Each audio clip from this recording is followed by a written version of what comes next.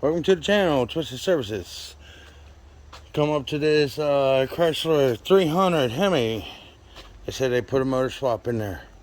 They're like, it ain't starting right. It's not charging. Came and look at it and checked the wires. And I traced the alternator wire all the way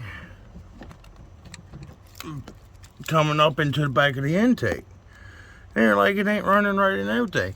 Look, they got the alternator wire grounded to the freaking knock sensor, starter signal wire into this one freaking ground solenoid, and then the freaking crankshaft position sensor plugged in into the knock sensor. No wonder this thing don't run and start and charge correctly.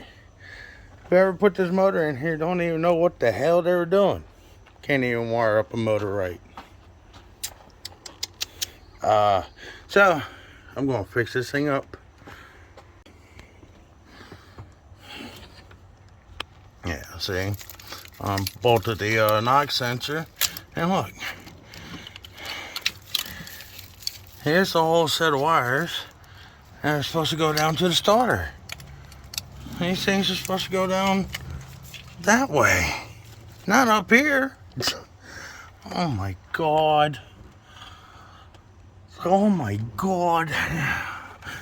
Look. So, I'm getting paid to rewire this car. So I had to pull the intake off. Yeah. Oh my God. You know, if you're going to put a motor in, if you don't know what's going, if you don't know how you took it out, you shouldn't be doing it. That's all I'm going to say. I mean, it's like,